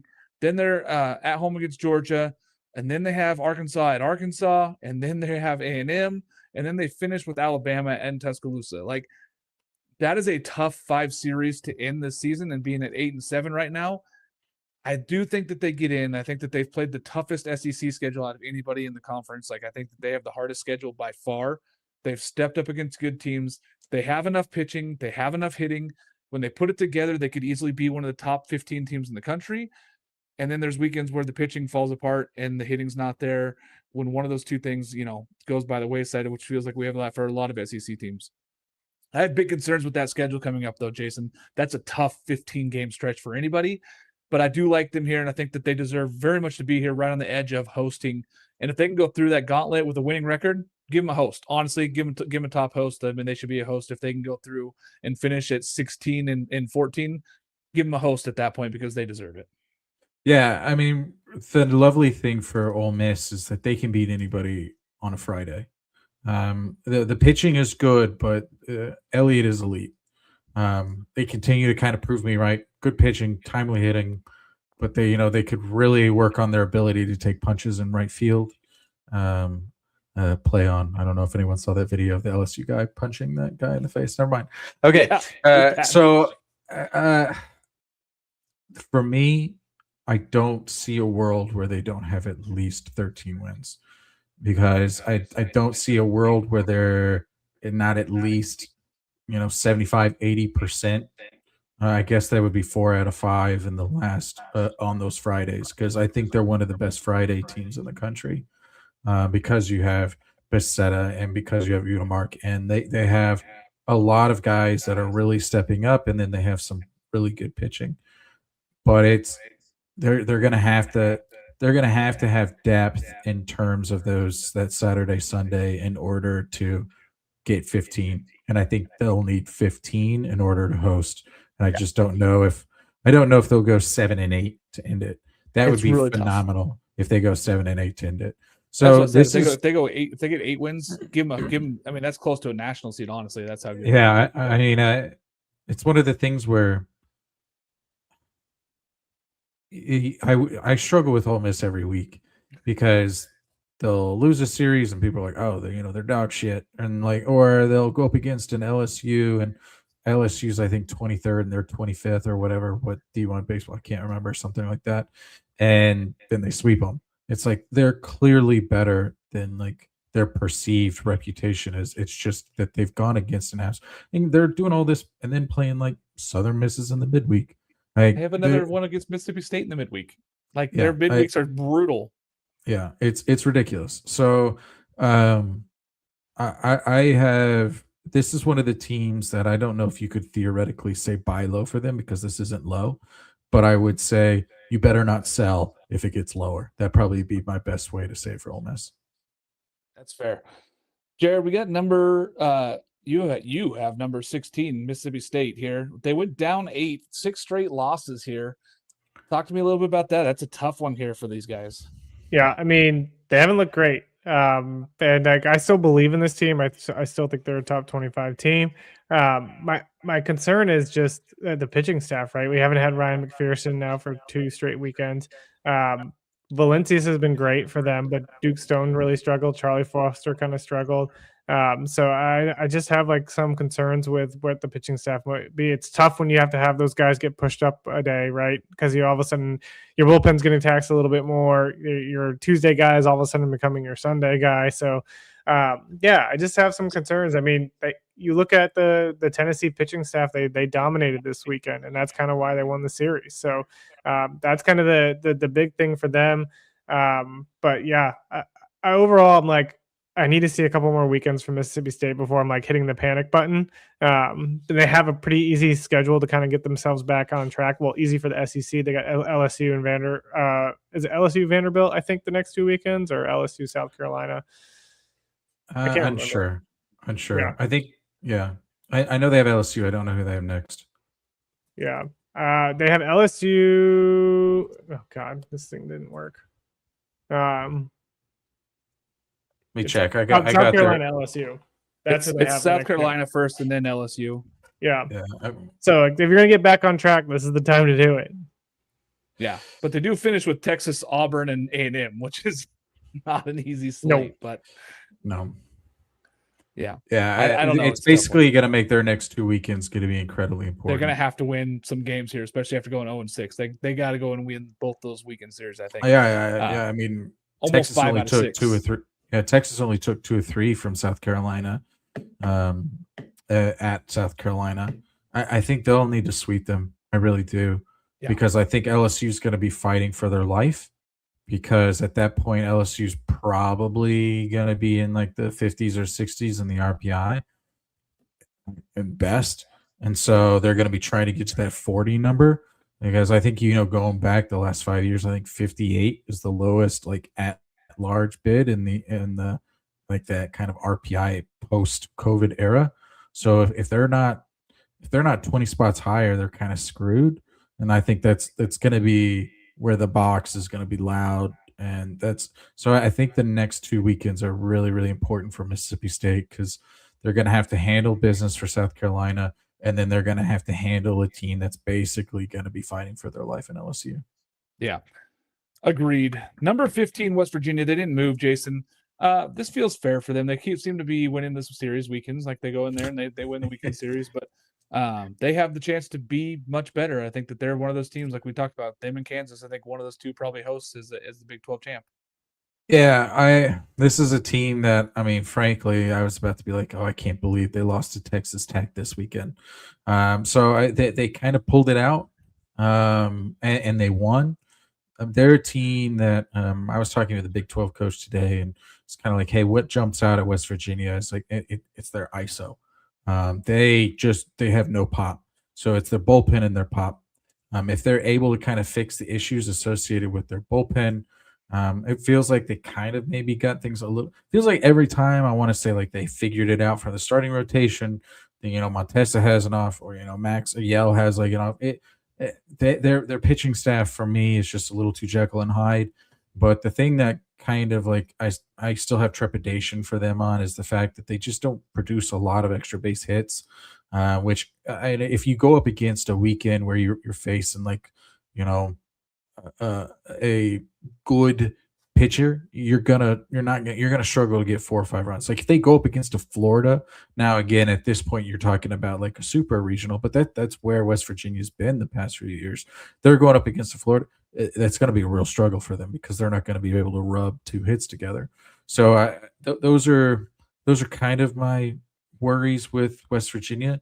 But at the end of the day, like, it's them and Kansas right now that are the bell cow for the Big 12. So if you don't have them here, you're basically saying like the 8th or 9th best team for the SEC should be like winning the Big 12, which, may be an accurate statement, whatever you want to say, but I think you have to have them here. Yeah. And I mean, I think that they have the opportunity. I think that one thing is that their schedule's in front of them to where they could still go on a run here and make this thing happen and be the host team. But I do have some question marks around the offense, and I think that's why having them at 15 is fair. Same reason why number 14, Coastal Carolina here, up 2, but I still have question marks on their offense, but they keep winning games. Like, they could have lost to Arkansas State, but now they have a 4-game lead in the conference. They seem to be cruising. They're going to get Cam Fluke back. They're not going to get Hayden Johnson back, but they are going to get Cam Fluke back. I mean, Ross Norman seems like he's been going a little bit of a role here lately. He's been figuring himself out. The offense has been going enough. Rex has been doing enough offensively. Like, they're doing enough.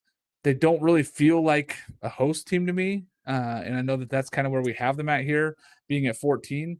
And the rest of their schedule is really weak. I mean, they got Georgia Southern, and then they play Texas State, which is the tough one, where they're 4 games up on Texas State right now. But that's 2 weeks away. The midweeks they got a Wake Forest again, and then they have a Clemson. Mm-hmm. They got to win those games, I think, to kind of put themselves still in that conversation of hosting. But at this point, like, they keep winning games. I know people are like, oh, RPI this, RPI that. They should be the top 8. They go, I don't know why you don't have them in the top 8. They're not a top 8. They shouldn't be a national seed. Even with Cam Fluke back, if they get him back, fine. It doesn't put them as a top 8 seed. They may play their way into a host, but I have big concerns about the offense and the consistency. But they win games. Coach Snell figures out how to win games. That's what they've been doing, so we have to kind of keep them here and even bump them up too. But to me, they're not a host team. I don't have them as a host team.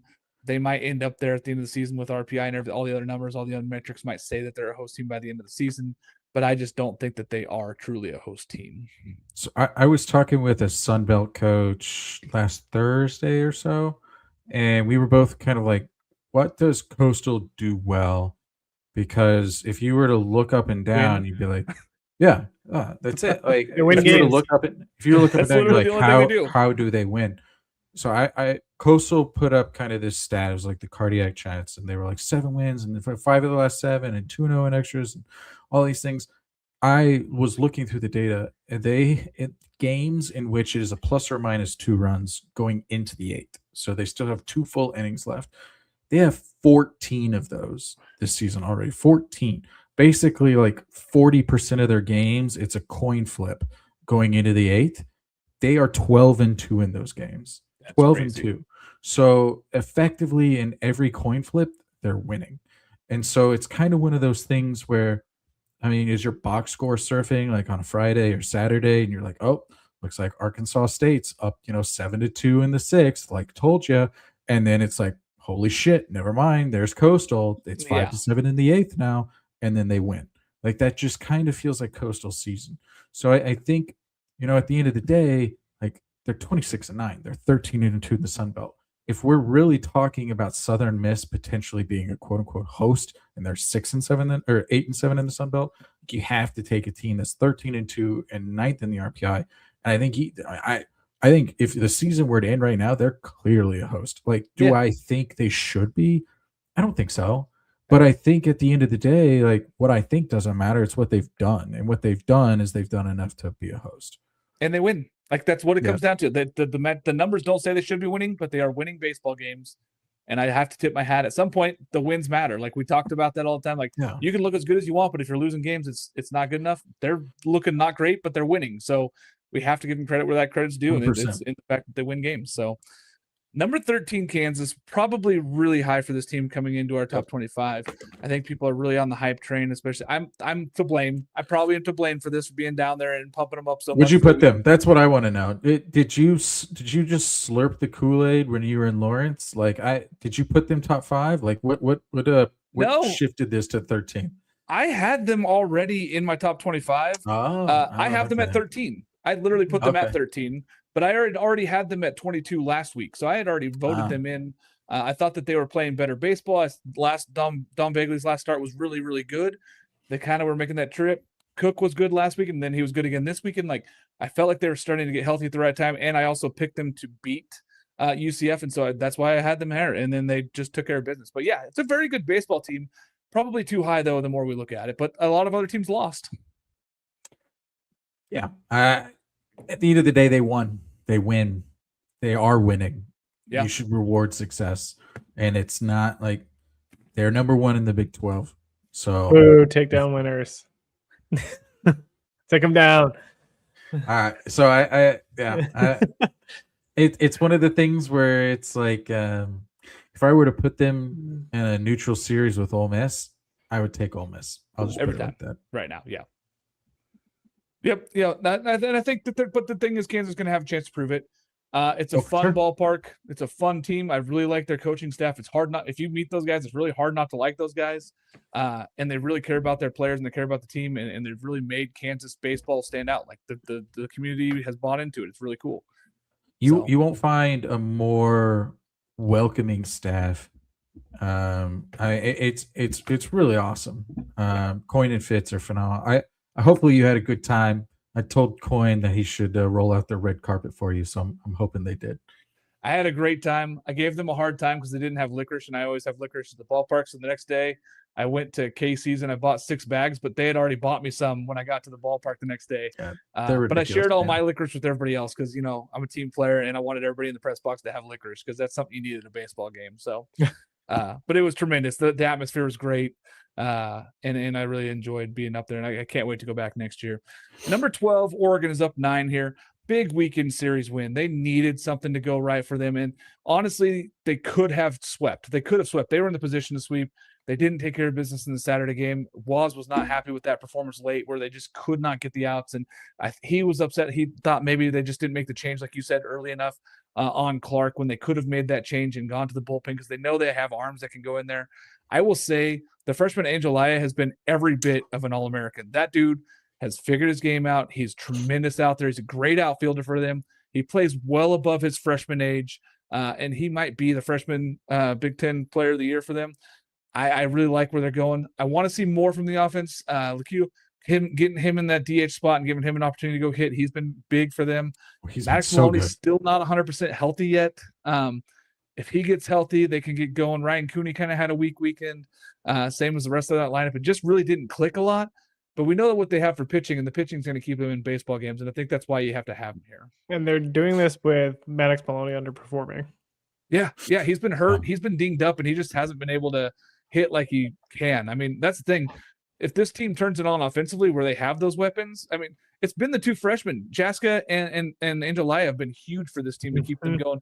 And even the other catcher, Berkeley Mabius, has been big for them too, and stepping up and having huge RBI hits. So I think that there's room for them to improve. The pitching's really good.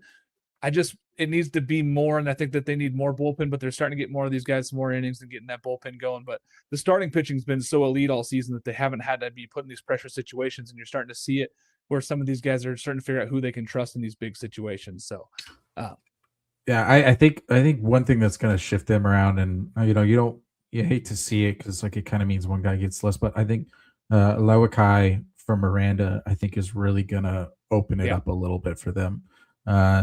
Gabe's just not been having really a phenomenal season.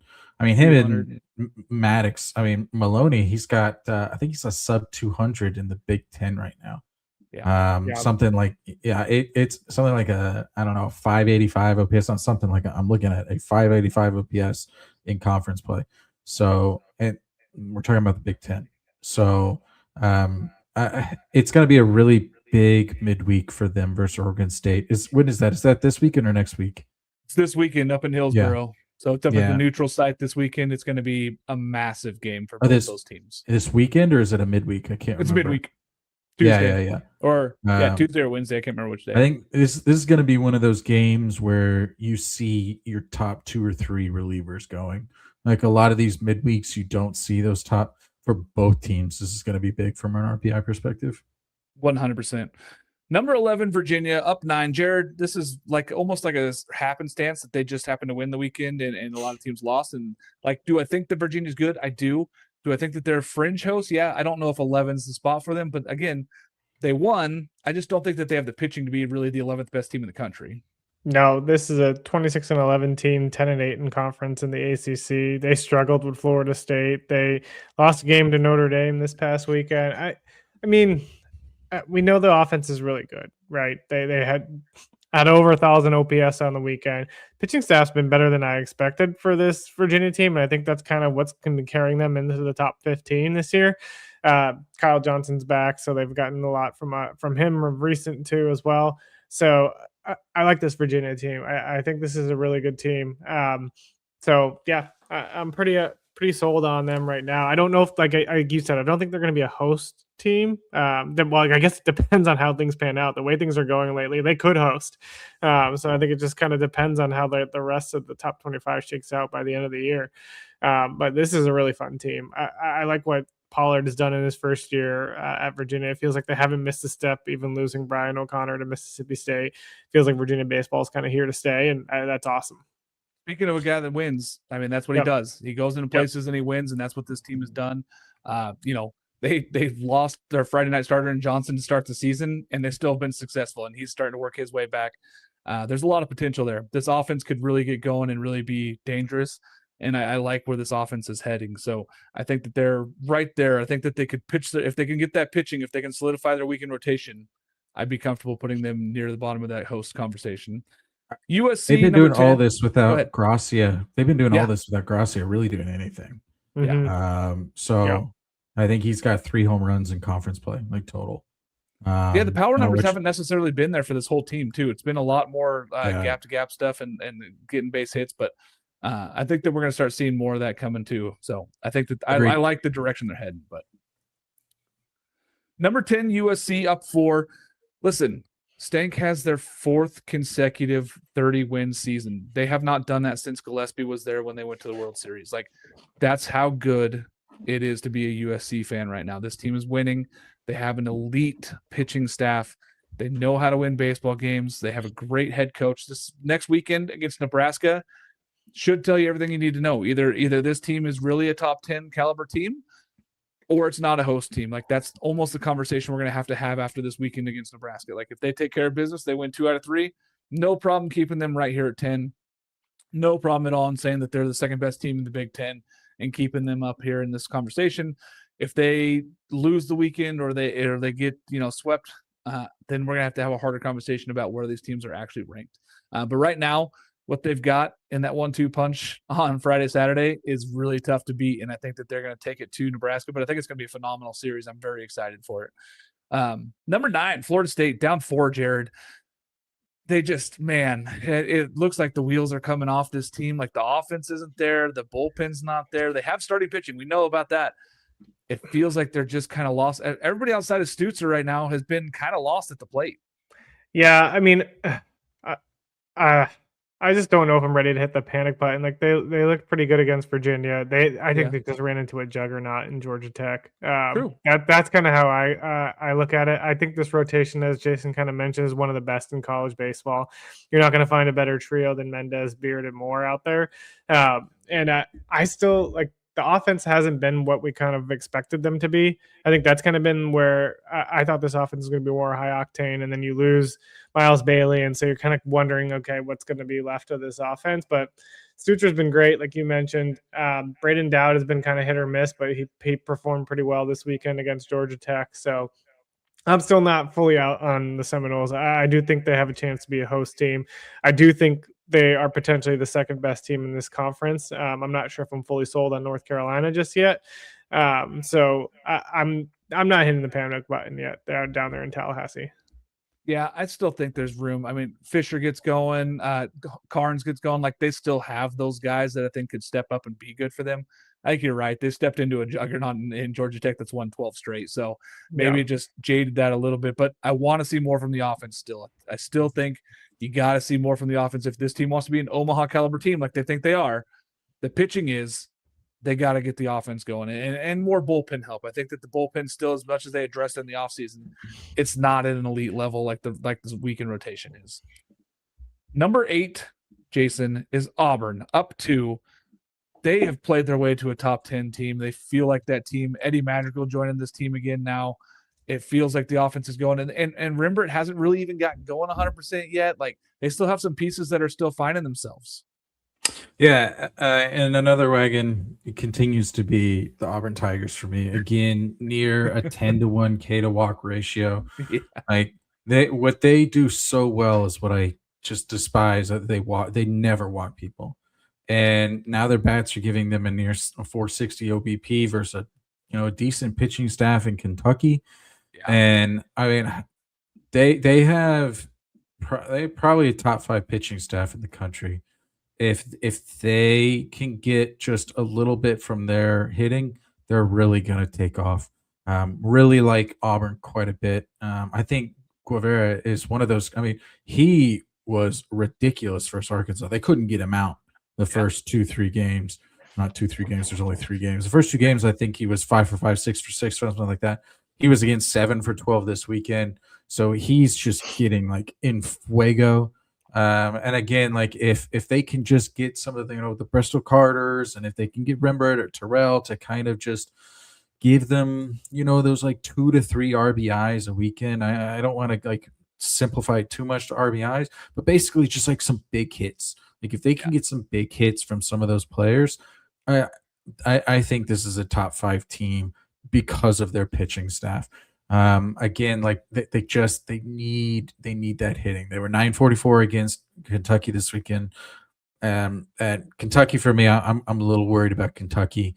I'm hoping they can turn around. Really like that coaching staff, the program, but I think they just went up against a buzzsaw in Auburn. I mean, again, you're talking about 31 strikeouts, and they only allowed 4 walks. They allowed 4 walks in 3 games. Alvarez has been really good for them. Like, That's been a great addition. Yeah, it's absolutely silly.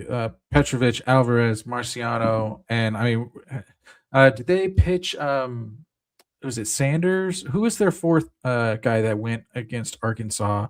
Why am I forgetting? Did they pitch him? It was Sanders. Yeah, I don't think they pitched him this weekend. I don't think he had to throw it all this weekend. And speaking of those RBI hits too, like Madrigal had a couple huge doubles for them, 2 out doubles. Like, I think you're right. I think they get some of that offense going.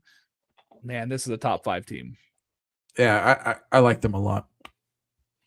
Georgia, number 7, down 5, Jared.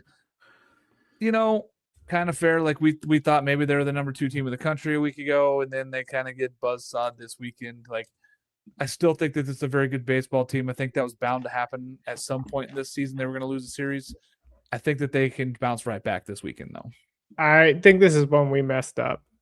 This is like, I'll take accountability here on our top 25 when we finalize it. It's oversight. I do think they should be above Texas A&M. They won that Texas A&M series pretty handedly, and so I do think this team's a better. I think like the 7 range is good for them, but I think they should be 6 or 5. I had them at 3. Yeah, so I do think this Georgia team's really good. I'm not super concerned about them. Now, my question is, Florida was able to take this series. Can Florida do it to Auburn too? That's my question. But I think Auburn might be, like Jason mentioned, a little bit more of a juggernaut next weekend. But yeah, I mean, I don't know. I kind of struggle with this Georgia team just because, like, I feel like the pitching staff can be so hit or miss sometimes. Like the lineup, is going to mash. They're going to absolutely crush. But Volchko hasn't been fantastic throughout most of the year. He was great in this outing against Florida, but he's been up and down, and he kind of was that when he was at Stanford as well. So I think I have more concerns on the pitching side. Like, they have so much depth and tons of arms. I think that's the big thing for them, but you're not always going to get those electric performances from your staff. But the bullpen's been awesome. Like, the bullpen has probably been lights out. It's more the starting rotation is where my concerns lie. Yeah, I mean, honestly, Matt Scott and Naoki out of the bullpen have been tremendous for them. They don't really know where they're going on Sundays right now because Ishikawa hasn't really been the answer for them currently. I think that they still got to figure that out, but I really like their bullpen. And the fact is, they're still really going to be able to hit the baseball. But I think that you're dead on with that Auburn comparison. But I think Auburn is just so consistent pitching wise. I think that's why they're going to make a tougher matchup for a team that hit 236 this last weekend. Yeah, number 6, Texas, down 3. Jason. They just lost 2 games. I mean, they didn't even get to play the 3rd game. And Texas A&M, we've all talked about them, and they were my dark horse to win the SEC. They've shown that they can be that team. If they get pitching, they're there. Texas just feels like it's kind of on thin ice, but not really. They're still really, really good pitching. Yeah, I'm not worried about Texas at all. I mean, SEC play, their pitchers are allowing 220 average against. I mean, Still OPS good. is 667. It's in conference play. I mean, they have the best Sunday pitcher in Volantis who didn't even throw. LeFew has been really good out of the pen. They've got Cozart, they've got Harrison, Riojas. I mean, Riojas has probably been one of the worst pitchers in SEC play, which is a little concerning because that was kind of the concern at the end of last year. He was so good up until about like half of the way, basically right now. And then they went to Arkansas and they got swept. And then it's just kind of Riojas kind of dwindled a little bit. And it even transitioned into that that regional where he just didn't look as good. So I think that's maybe the one thing that you look at and you go, okay, like, have we lost our ace? Because, I mean, he's got a 5.26 ERA in SEC play. His FIPS, good. It's 2.1. But then you look at it and it's like, okay, well, you've got an 820 OPS against. So really, like, you're about 50% higher than our average pitcher. So it's a little unique right now from a pitching perspective from Texas. But the nice thing is their pitching perspective as a whole is phenomenal. And then you add onto that, you've got Aiden Robbins, who's been one of the best players in baseball right now. We've been talking about A-Rod. Yeah, we've been talking about A-Rod, how he's going to be coming back from an injury. And I think you kind of just nailed it. Like, they played my wagon number 2 right now, which is Texas A&M. They just played a team that's on an absolute tear. That was at home. It was like an absurd environment because it's not an overly like big stadium. Like, I don't know if you've ever been to it. It maybe holds like 4,000 or 5,000, but every single one of them was booing all in unison at Schloss whenever he even like put a cleat on grass. So it was a very unique weekend. I was really disappointed. You talked about how Kansas like foresaw the issue and moved up a game, a doubleheader on Saturday. I mean, it's like, I live in Houston. Everyone knew it was going to be pouring down rain. That didn't really make a lot of sense. Like, that was weird. They should have had a doubleheader. That was weird. My assumption was because A&M. What does A&M struggle with? Pitching. If you throw a doubleheader, the probability of A&M winning, like splitting a doubleheader at the bet, like that's probably the best that they could ask for. So I think that was a little gamesmanship.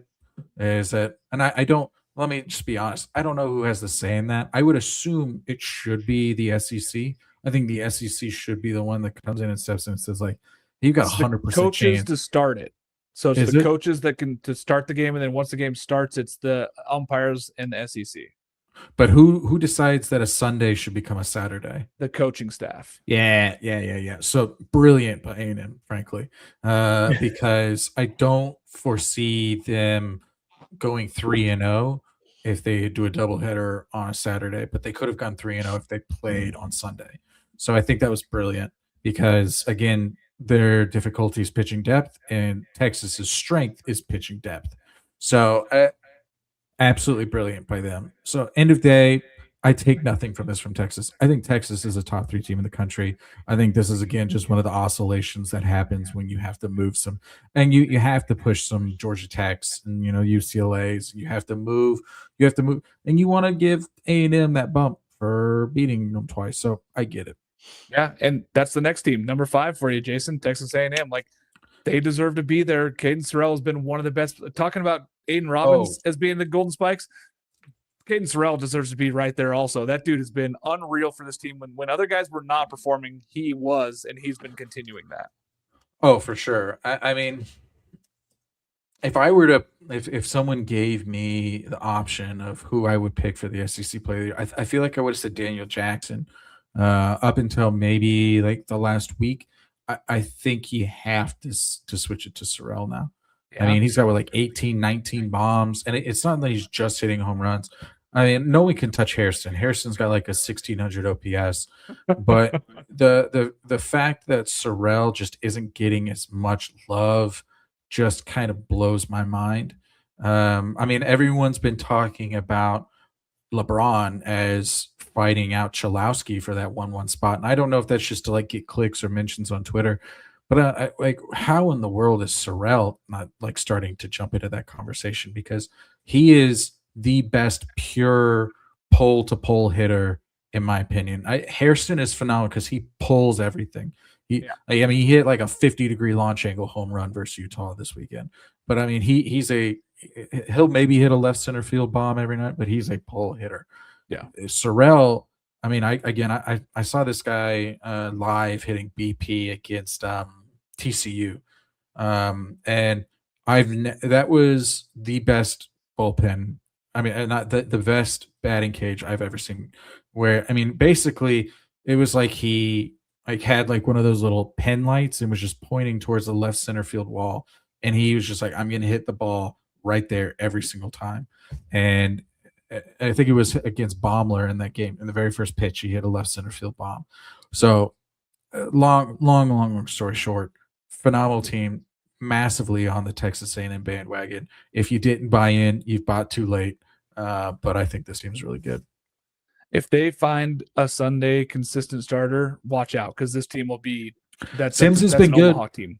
Yeah, Sims has been good. Yeah, I think they just need to show it more. Yeah. They need if he doesn't go a couple more Sadeo. times, all of a sudden I'm like, this is an Omaha team, like pencil them in. But let me just say this. They're not gonna have a 2-seed SEC because right now it looks like they're gonna be hosting. They're not gonna have a 2-seed SEC. Every other team just walks the farm. If you walk anyone against this team, you're going to be giving up 8+ runs every single game. Absolutely. So too many opportunities. They don't even need like pitchers to be just like absurd. They just need them to like not like fall off the wagon. They just need them to get to like give me 4.2 of like 3 earned runs and I'm good. Like that should be good. Number 4, Oregon State up 3. Again, they swept the weekend here. They looked really good. They haven't lost a weekend game since Alabama in February. Like that's how good this team has been on weekends, especially. And they went out and swept again on the weekend here. So this Oregon State team just continues to win. We know what they didn't even have anything from Dax Whitney because there was a lightning delay. He only threw 2 innings and he was kind of sick. They pulled him early. He was out of that game. Ethan Kleinschmidt goes. They had to pull him for lightning delay as well. They have so many arms in this team that they can just go out there and beat anybody. Now, was it tight with Kyle Pauly? Yeah, and it took an Easton Tull walk-off on Sunday. But this team is finding enough offense with all the arms that they have that it's really dangerous. The 2 games that they have coming against Oregon in the midweeks are going to be very important for this team because they don't play a top 100 or they don't play a team inside the top 100 the rest of the season other than Oregon. So without those games, it's going to be very, very important. Those 2 midweeks are going to have to take care of business against Oregon. I think that those are going to come down to a big part of it. If they want to be a national seed, they're going to have to win 50 games and stay in that top conversation. Just because of the RPI, it's not going to help them. They don't play anybody in the top 100. And they have a month now at home where they're playing the neutral site against Hillsborough, but they're in the state of Oregon. They don't leave the state of Oregon now for a month. So it's going to be interesting here. Number 3, Jared, North Carolina. You already said you don't know if you're 100% bought in on this team, but they've been winning games and they're sitting at number 2 in the ACC. They're here because everybody else keeps losing. I will stand by. It feels like that way. Stand by that. That's kind of like the. I'm just not bought in on this offense, right? Gavin Gallagher was supposed to be one of your best hitters. He's hitting 276 on the year. They've got 4 guys hitting over 300. Like their power, there's no thump in the lineup. Jason had kind of mentioned that earlier in the podcast. That's where my concern really lies with the North Carolina team. But then on the pitching side, like they're absolutely dominant on the pitching side. So like that's what's going to carry them. You have Caden Glauber, who's been a fantastic freshman for this team out of the bullpen. Walker McDuffie, again, been awesome out of the bullpen. Jason DeCaro has been great. I think the big X factor for them in the long haul is going to be Ryan Lynch, right? This kid was an outstanding freshman last year, moved into the rotation. He's got over a 4 ERA this year. Like they need him to kind of step it up and really take the reins of that number 2 spot in the rotation. And Folger Boaz hasn't been very good on the Sundays. So I have concerns. I think this North Carolina team isn't just going to go scot-free through the rest of the year. I'd be shocked if they're top 5 by the end of the season. I still like Florida State a lot better than this North Carolina team. So I think Georgia Tech's going to kind of manhandle them this weekend. So it feels like they have a lot of holes still currently to be a top 5 team. It feels like one of those teams. It's like, yeah, they've been winning, but hasn't looked really great. And I think we're going to see them this weekend. I mean, if they go take 2 of 3 from Georgia Tech, the argument's gone. They buried it. They did what they're supposed to. But I just don't see it happening. I feel awful because I feel like I buried North Carolina for being up 3 in our poll. And they're the number 3 team in the country. Sorry, Tar Heels. I'm just going to run you over with a school bus. I mean, they are playing Georgia Tech this weekend. Yeah. Yeah. Jason, you're muted. Did his mic shut down again? I don't know, but somebody muted me. That was weird. Yeah, no. If you watched the Clemson series, Clemson looked like the better team. They did the whole time. Saturday. Mm-hmm. I 100% agree with you. You put them here because they're winning, but it's almost like a futures bet. Like, do you think like they would be here in the future? And I agree with you. I'm gonna say no. Now they could absolutely prove you wrong because they'll keep doing what they're doing, which is winning.